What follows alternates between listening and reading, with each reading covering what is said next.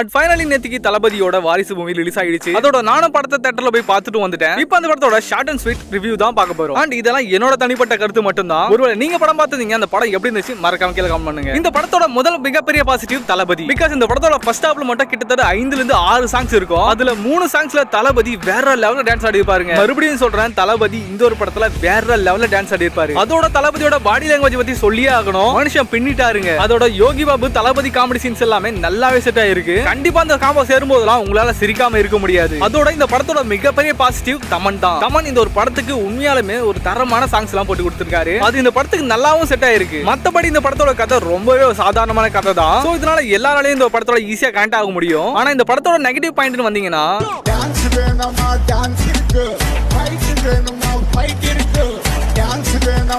தில்ராஜ் சொன்ன மாதிரி இந்த ஒரு படத்துல இது எல்லாமே இருக்கு. பட் இது எல்லாமே ஒண்ணுக்கு ஒண்ணு செட் ஆகல.